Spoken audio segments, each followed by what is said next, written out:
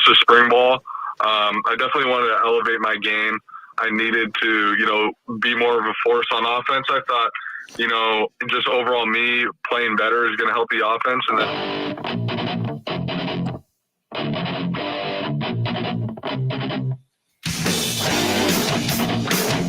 Happy Friday, everyone. That was Cade McNamara, Michigan quarterback on the In the Trenches pod, talking about what he was trying to accomplish during spring ball, being more of a factor in the offense. And having Cade McNamara on right there is good foreshadowing for today's show. It's going to be quarterback heavy, talking a lot of quarterbacks, past quarterbacks, current quarterbacks, future quarterbacks.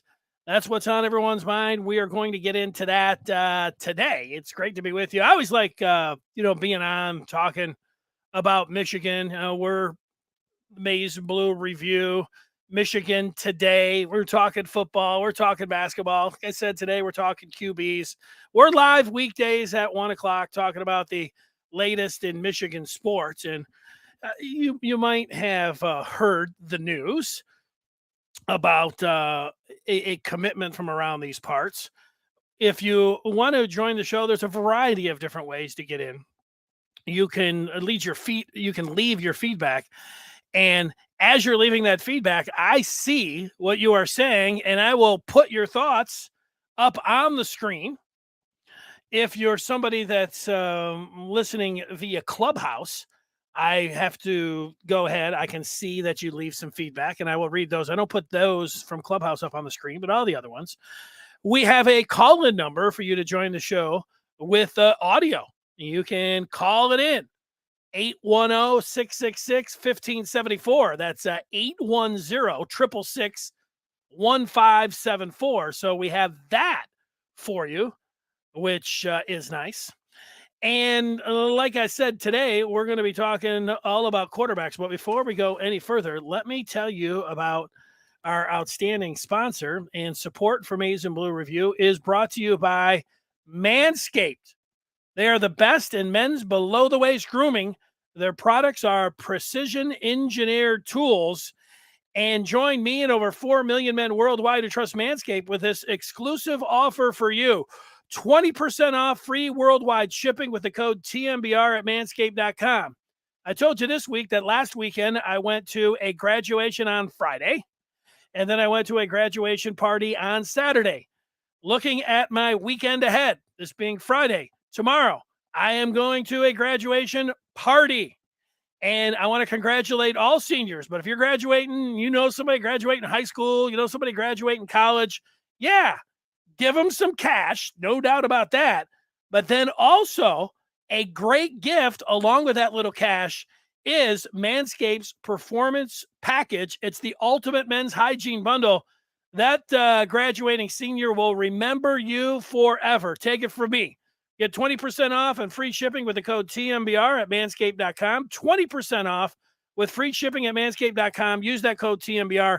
Unlock your confidence and always use the right tools for the job at Manscaped. As we dive into things here on this Friday, a Michigan man makes it official yesterday with his parents on either side of him saying that he is going to Notre Dame. And you just think about it for a second, and you ask the question, do Michigan fans have the right to be upset?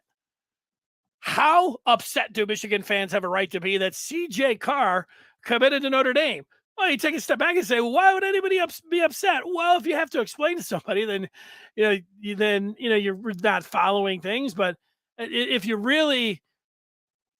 you default back to this when you get to recruiting, and that is that it's always the decision of the kid where he wants to go to school, then everything else doesn't matter. It doesn't matter if his parents both went to school. It doesn't matter if his dad was a football player and a quarterback and went to Michigan. It doesn't matter if his one grandfather holds all the is in the College Football Hall of Fame and holds all the Michigan records for interceptions. It doesn't, and won a Super Bowl. It doesn't matter that his other granddad was a Michigan coach and ended up winning the national championship. That doesn't matter. Ultimately, when it comes down, you think it would factor in, and I don't know how much it factored in, but Carr ends up going to Notre Dame. Now it's a little weird and a little strange, but ultimately that was the decision. Now, is this going to be something that is going to affect Michigan? Is everything going to be okay for the Wolverines? I'll answer that question as CJ Carr announces for Notre Dame. I also, in my continuing series of watching TV, I have a top 10 TV series of all time. And for all of those hours that I have sat in front of the TV and watched these shows, I can finally now order them and at least talk about them where I feel like I'm getting something. I don't know about getting something out of it. It's entertainment. Getting something out where I can, tell other people about these shows. So let's kick it off talking a little bit about, CJ Carr and if everything's going to be okay. And my answer to that is maybe.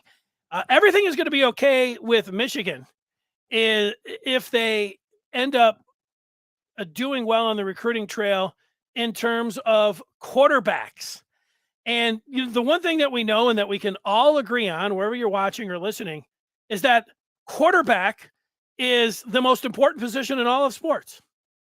And quarterback is the hardest and most important position to recruit. And so that's where we're at. And so all these other things about, his dad, his grandpa, and, what about being a Michigan man? All right, we've addressed that, the whatever you want to call it, the maize and blue elephant in the room. We're talking about that. The other part is that, it is quarterbacks, and that is very important for your football team. And, oh, yeah, Jim Harbaugh, not that he's off the hook, whether you want to say he was either on the hook or off the hook. Harbaugh played quarterback at Michigan. He was, he is a quarterback guy. You think about, the QBs that he had, whether it was Luck or, Kaepernick, and the success that he had at his other stops. And then part of if you wanted to call it an issue, and the biggest issue was not being able to beat Ohio State and win the bowl game, win the Big Ten, which was always, Ohio State standing in their way almost every time, I think. Maybe Michigan State standing in their way too. Maybe Penn State. But mostly Ohio State. It came back when you look all the years, a quarterback issue. And over the next couple years, the immediate future, we may look back at yesterday and say that's going to affect Michigan football in the long haul. But here's the way I'm looking at it. For me, Michigan, if you want Michigan, they won the Big Ten last year. If you want Michigan to continue to challenge for the Big Ten, you want Michigan to beat Ohio State every other year or more than that. You want them to get to the college football playoff and advance in the college football playoff. You want Michigan to win everything. If that's what you want, what you really want is Michigan to go after the very best players. And you want them to land them, of course. And when it comes to Dante Moore out of Detroit, he's local, he's talented, and he might be the best quarterback over the next 2 years. He might be the best out of all of them. I mean, he is right up there. And Michigan has been on him since he's been in 7th grade. Michigan, what did Moore say about Michigan? They're his day one.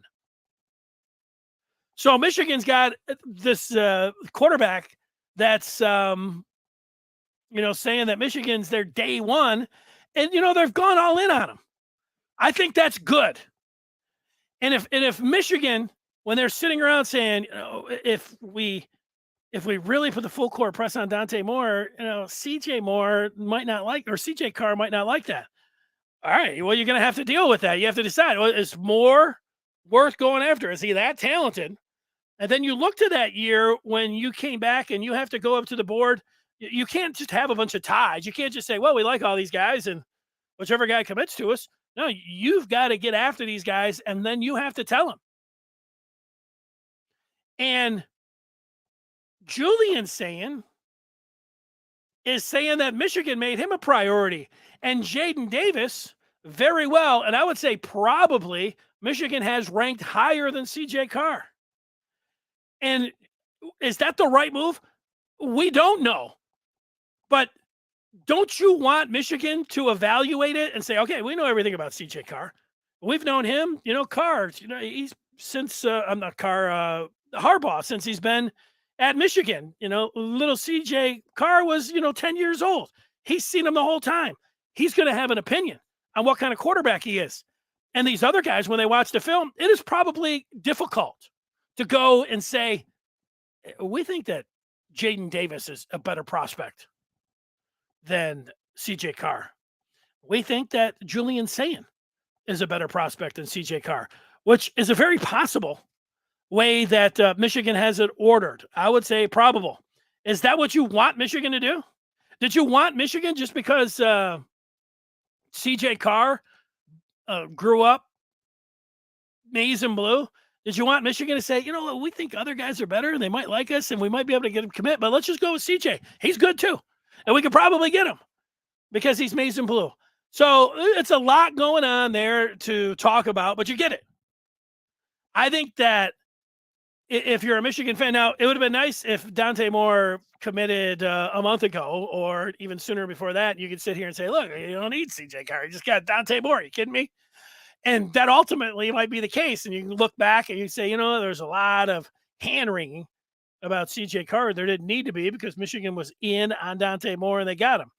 More on Dante in a moment. The same thing can be said with Jaydn Davis, who has a forecast in for Michigan. Was it the same day that CJ made his announcement on where he was going to go? Coincidence? Maybe a coincidence. A lot of times in these things, there are coincidences, but there might not be a coincidence in this particular recruitment. They're in the same year. They're both being recruited by Michigan. And Davis, the dominoes were falling. This guy goes to Ohio State. This guy's going to Notre Dame. And then, Davis is there. Is he earmarked for Michigan? According to a Rivals forecaster, yes. And so that very well could be the case. And that is, so when you say, is it a problem that CJ Carr is Michigan in trouble, that CJ Carr went to Notre Dame, you say maybe, but maybe not. And you say, well, we don't want people sitting on the fence. We want you to know. I think that going after the guy this upcoming year that you think is maybe transformative, to use a word that Harbaugh has recently, and then go to the very same class of CJ Carr and have two guys that you think potentially, and I think probably, they think are ranked higher, is it a smart move to go after him? The argument not to, as you could say, Carr would have been a layup if you would have just gone all in on him. And you can make that argument. A close to a guarantee. And I don't know. Ms. CJ yesterday said he was always leaving, so you could factor that in. But should Michigan have been putting the full court press on CJ Carr the whole way, thinking that it was going to be a guarantee, and say, hey, you know what? To hell with these other guys. This is our guy. This is the guy we want. I would say no. You want to say, yeah, bird in the hand's better than two in the bush. All right. I'll go back to my original open. If you want Michigan to win the Big Ten and beat Ohio State and go to the college football playoff and win it all, well, how are they going to do that?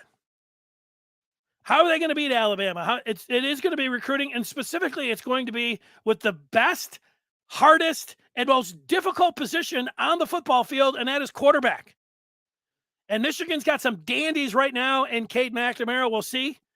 J.J. McCarthy, we'll see. Those guys, these guys could be world beaters. And most people, this is one of the best quarterback rooms in the country. So they're looking good right now. If they got Dante Moore, they would be looking great. And if they follow that up with getting Jaydn Davis, and what are we talking about?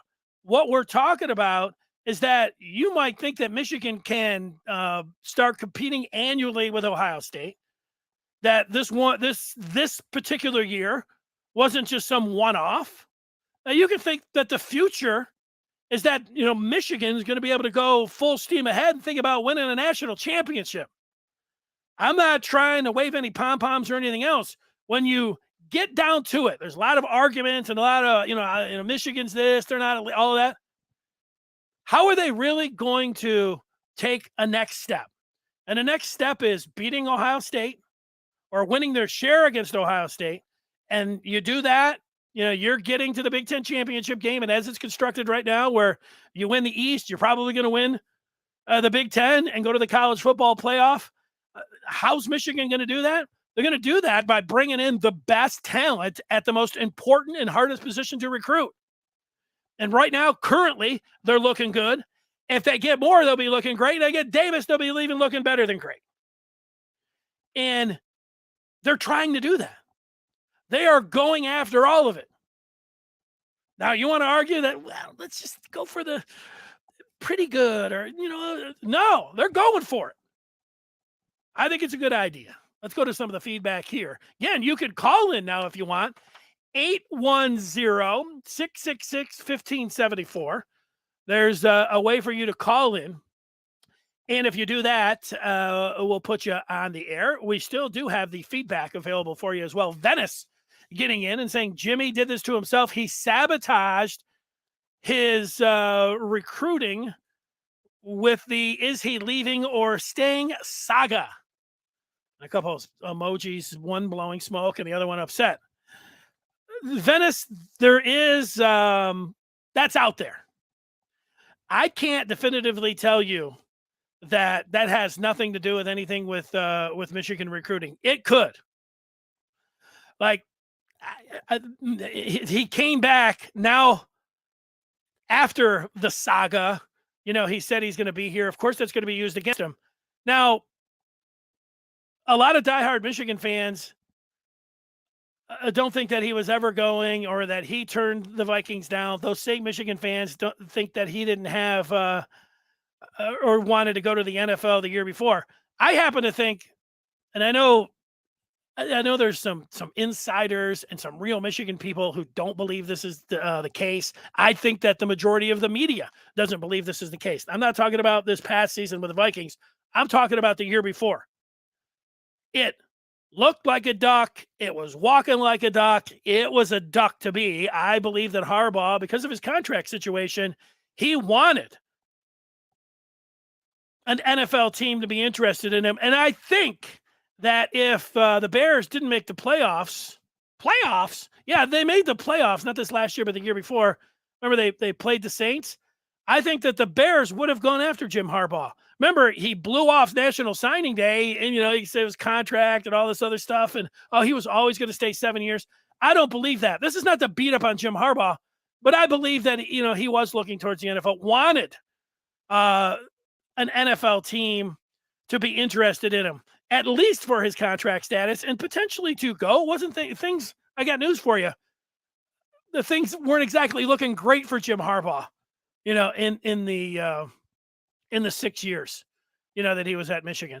This past year, however you think that went down, I think Jim thought he had something in with the general manager and had an agreement, and then the owners got in there and were like, wait a second, let's exert some of our power here. And then Jim, pulled the plug in. You got to have all that stuff. Jim had an idea. Their GM had an idea, and I think the owners had a different idea. And the owners got in there. It was a power play, and both teams left, or both sides left.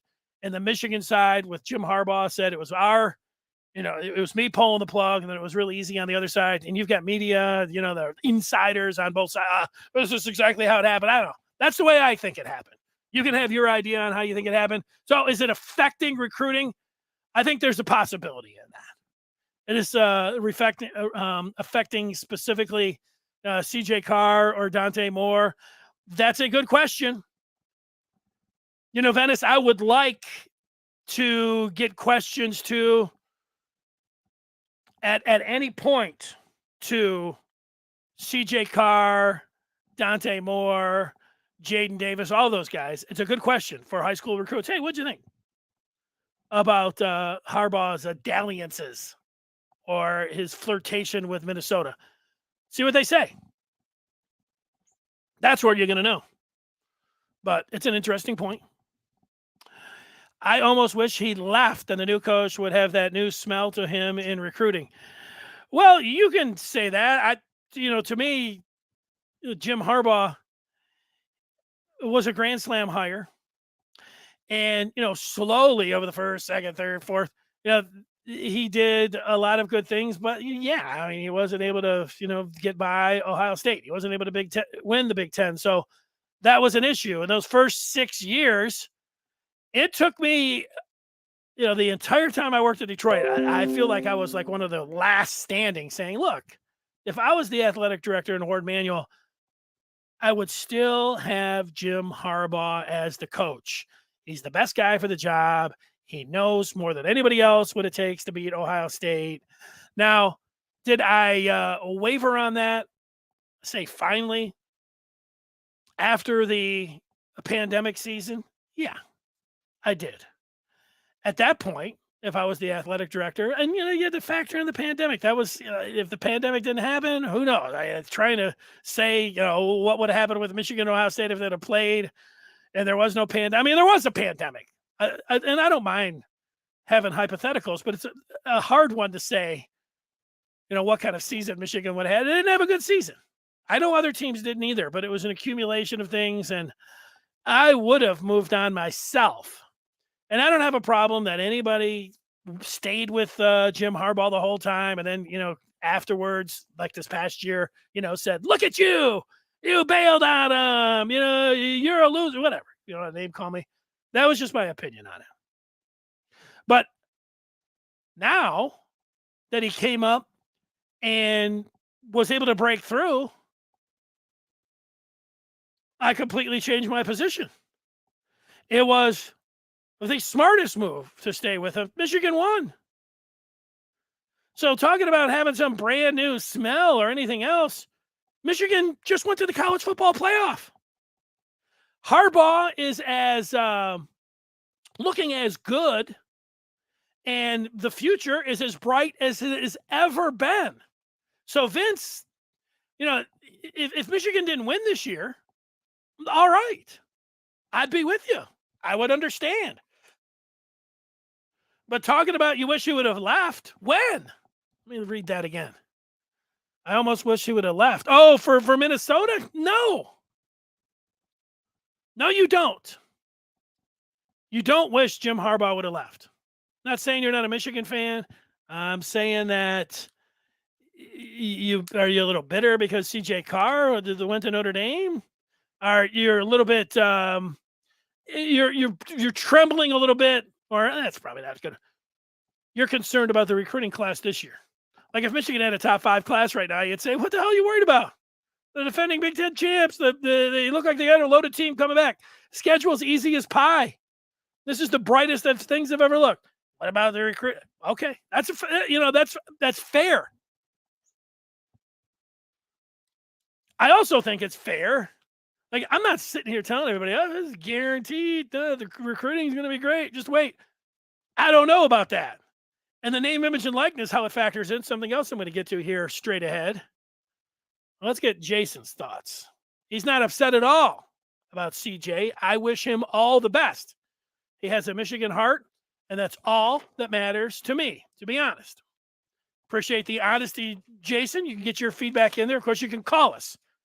810-666-1574. You see the number at the bottom of the screen.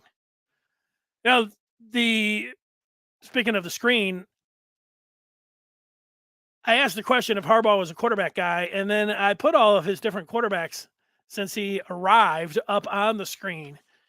And, the pick of Jake Rudock over Shane Morris was the correct one. And Michigan had a better than I think most people were expecting first year.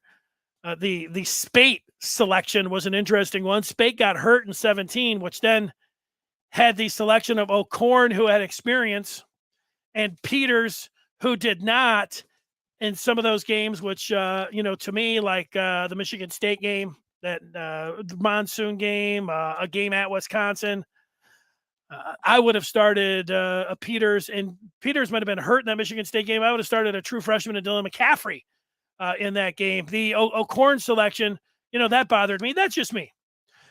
Patterson was a 5-star, and that was a swing for the fence, and he just didn't play. He wasn't great. Was he good? At times he was good. He was all right. A little bit better than all right. I'm not here to, dog Shea Patterson. I'm just telling you how I saw it. He was all right. He was a little bit better than all right. I don't think you were winning a championship with Shea Patterson. He had his limitations. Specifically, throwing from a clean pocket downfield. He just wasn't very good at that. You need a quarterback to be able to take a top off of a defense. Patterson could not do that. Now, it didn't help that he got hurt, that first play, and it didn't help that they had this idea in the first game with both McCaffrey and Patterson that they were going to share the snaps, and that thing, was a clunker from the beginning. Almost cost them, they're in the, and then they almost lost that Army game, all of that. And then, the selection of Milton over McCaffrey, that was questionable. And then, here we get, so you go all the way through that, and then you get to these QBs. Harbaugh is ultimately the ones that's ranking them. So, maybe he should have gone all in on Carr, and, that's where the time is going to tell. Maybe he should have read the room on Dante Moore. Dante Moore's not coming to Michigan. Maybe he'll end up and, he'll get Jaydn Davis out of it, who's the number one, QB, not this upcoming year, but the following year, which isn't going to be all that bad. In fact, it's going to be pretty good. The thing about Dante Moore, this is it, in reading the room with Dante Moore and the recruiting class. Now, if, Dante Moore, he hasn't given any indication on when he's going to make a decision. Dante Moore is going everywhere across the country. He's going to the biggest, big-time programs, and he's seeing what they have to offer. He's seeing what makes everyone tick. There's a part about this where I think, Dante Moore seems pretty smart. This is now, you hear different guys, they don't like going on so many visits because they start getting torn and, have a hard time. But Moore's going everywhere, seeing what everyone's got to offer, and then he's going to make a decision. Is Michigan in the mix? They are. Now, because Michigan isn't landing a lot of players right now, if you look at the recruiting game, this is like just a quarter. You want to say it's at halftime? All right. I'm not going to agree that they're into like the third or fourth quarter talking about recruiting. I think Michigan is, it's after a quarter. And is it okay to be concerned that Michigan's down in the recruiting game after a quarter? Yeah. Now, if it's a football game, how concerned are you going to be if you're down after a quarter? It depends how down. And they've got a lot of things promising out there. They got a lot of camps coming up. To me, it's like, it's a one-score game. It's 13-7. Sure, there's going to be people next to you. Oh, here we go, down after a quarter. They're going to lose this one. Sure, and that's how people are looking at it in recruiting. The thing that I find it's very interesting with Dante Moore is that if Michigan somehow lands Dante Moore, then everything, it's going to feel like winning the Big Ten again. It's going to feel like beating Ohio State again. And why would that be? If you just think about what it would mean. Moore's interested in Notre Dame, Oregon, LSU. He's been down to Miami, where Josh Gaddis is now. He's getting ready to go to Texas A&M, not this weekend, next weekend. So if Michigan beats, you think about the money, and if you ask a Michigan fan why Michigan hasn't been an elite program in the 21st century, you know what they'll say? A majority of them, they get a point, because other teams cheat. And they pay players specifically. You talk to one Michigan fan, you can talk to 10 Michigan fans. There's a lot of Michigan fans that think that's why that Michigan has that's the number one reason that Michigan has not been able to be an elite. That's why they're not Ohio State, Clemson, Alabama, and Georgia. Those teams cheat and pay players. Michigan has not. We get to name, image, and likeness. we don't need to go through all these schools, but we know Texas A&M, that we know Nick Saban, they bought all their players, $30 million, all of that. We know that Brady Quinn talked about nonprofit, sending the collection plates around, God and community. They're paying. Their collective is bank. The Catholic Church is pretty good at sending those collection plates around. They're sending them around for Dante Moore. And they're not getting the donations that jingle. They're getting the kind that fold. It's the first time I've ever used a Coming to America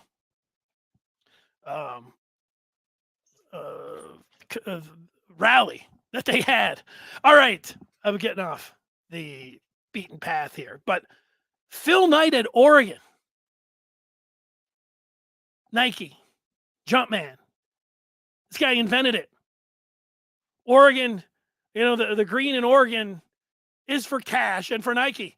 If somehow Michigan, with the name, image, and likeness, and like teams are still cheating, they're giving all the money up front, Michigan's not going to do that. Harbaugh said it himself. Michigan's not getting into transactional stuff. He might have been lying. He might have just been saying that Michigan's going to do everything, behind the scenes, and he might be smarter than we think. But if Michigan's able to beat Texas A&M and Oregon at their own game here, LSU with Chip Kelly, who coached in state of Michigan for damn near 20 years, Miami's got their collective going. They're waving the bills. They're not following the rule out here at the Star. They're like, hey, here's the money. The point out of all of that, if Michigan gets Dante Moore in this cycle, with all of these teams that are shoving the money right up front, they don't care about what the NCAA, Schmensch, they don't care. There's one little measly rule. You can't give money for a guy to go there. They're like blowing right past that. That means nothing. So if Michigan would be able to do that, and I've myself sat here and complained or talked about the name, image, and likeness. It's been the number one issue. Everybody knows that in college football. If Michigan gets Dante Moore, there is no worries about Michigan and name, image, and likeness. What Jim Harbaugh was saying, he is a master stroke. Would it mean anything about him, going to Venice was saying, the flirting with the Vikings, that has screwed him on the recruiting trail. All of that would be out the window. That's how important, getting Dante Moore is for Michigan. You know it. I know it. It would mean pretty much everything as we sit here right now. All right. Do I have some other things? Let's see. Oh, yeah. Well, if they don't get Dante Moore, the next year, two guys that, according to Rivals, Rivals' number one quarterback is Jaydn Davis. Number two quarterback is Julian Sayin. Number three quarterback is CJ Carr.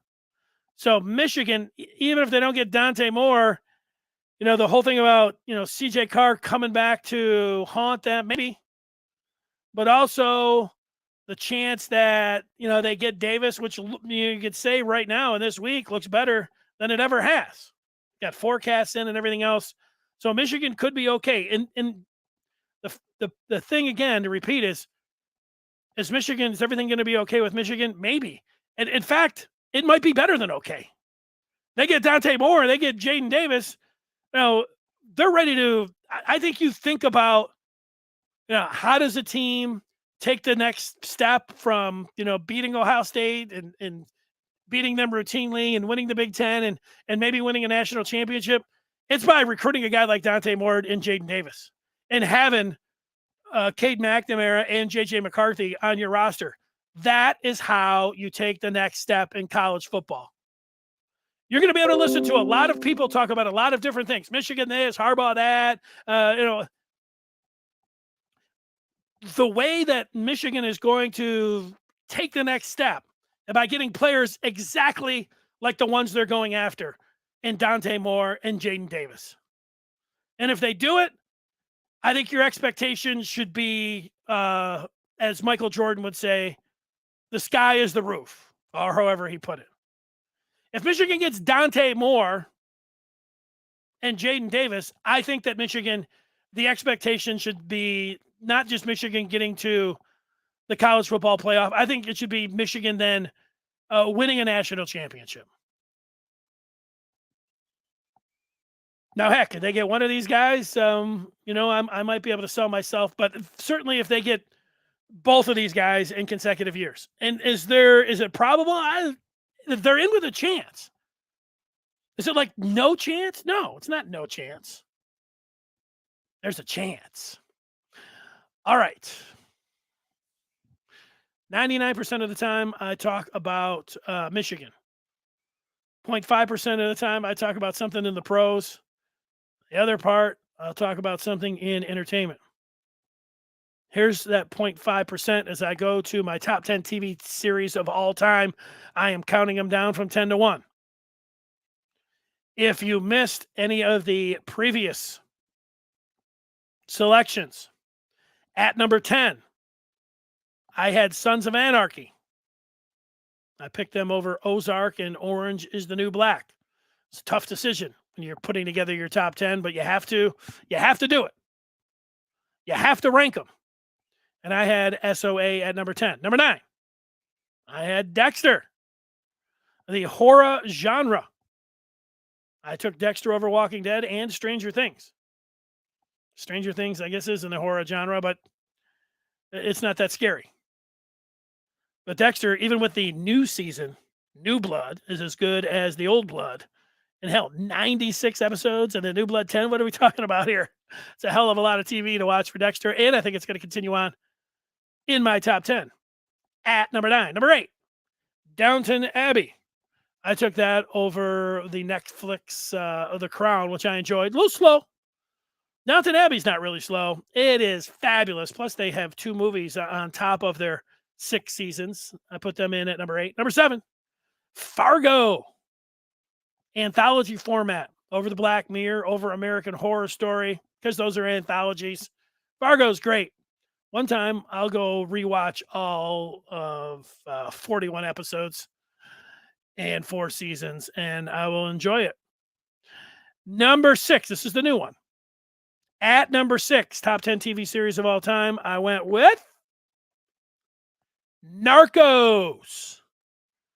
Now, you want to argue that Narcos and Narcos Mexico are 2 separate shows. I'll argue they're a companion series and that it's the same thing, except one of them is taking place in South America and the other one's taking place in Mexico. It is like the exact same thing. It is great.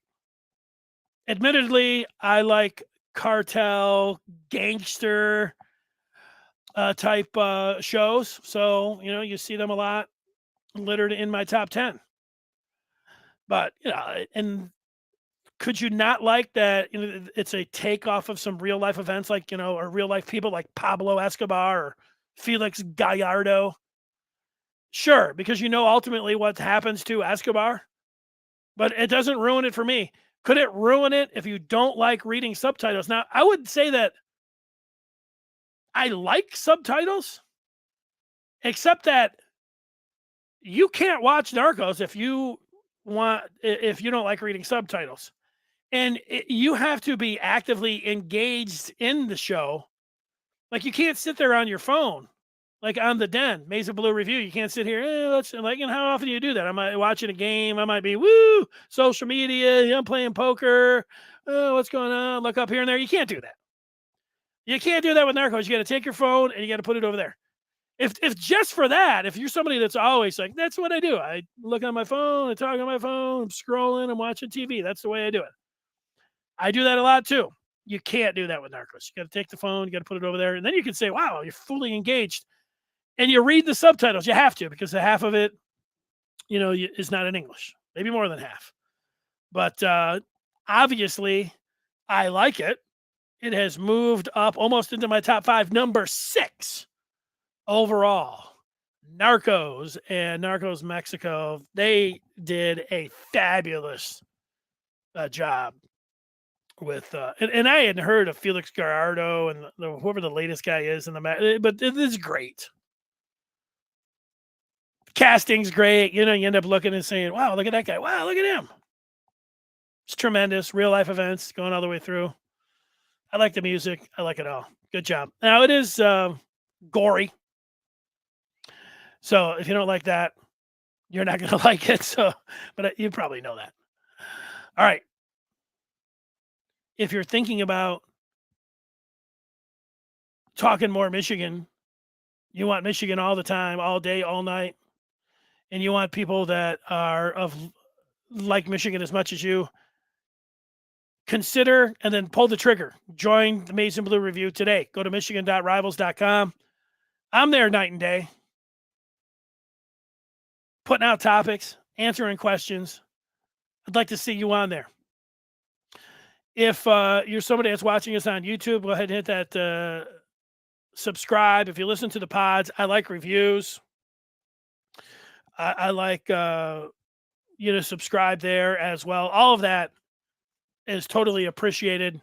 And if you're somebody that likes social media, like I was talking about, we're there across the board. I'm the one that runs the TikTok page, and I like it. I've been enjoying doing it. All right. Thanks for watching. Thanks for listening. I hope everybody has a great weekend. I will be back here on Monday. Everybody have a great